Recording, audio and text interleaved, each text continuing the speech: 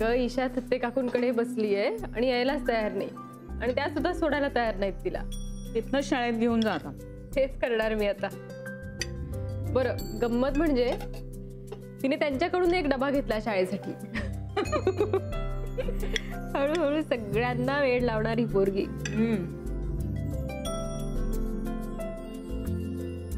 शाळेत तिच्या टीचरना काय सांगायचं ठरवलंस? I don't know. हे ठरवलं नाही का अजून. कॉम्प्लिकेटेड आहे सगळं. हो पण ईशासाठी तुला ते सगळं सहज सोपं करावं लागेल ना. सुचत नाहीये ग. काय करू तूच सांग. मी एक सुचवू तुला. तू ना एक छान मुलगा शोध. ईशाबद्दल त्याला सगळं खरं खरं सांगून टाक. मग जर त्याने स्वीकारलं तर तू त्याच्याशी लग्न करून टाक. बघ तुझं पुढचं आयुष्य किती सरळ होईल. वा सई बाई, काय छान उपाय सुचवलाय तुम्ही.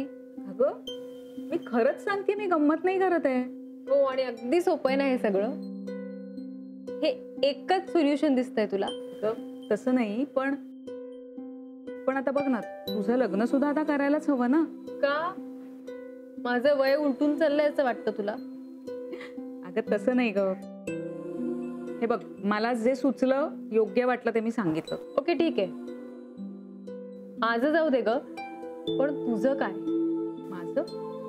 माझं काय? तुमच्या लग्नाचं वय उलटून जायच्या आधी तुम्ही लग्न करा आणि खरंच विचार कर. सॉरी, विषय बंद. का ग का? आता का? व्हेरी स्मार्ट आहे सई.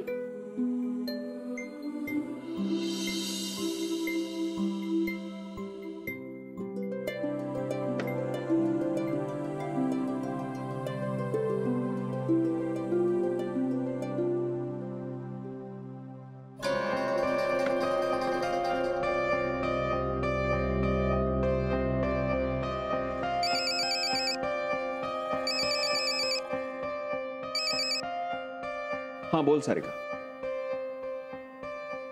हो मी हॉस्पिटलला येणार आहे आज.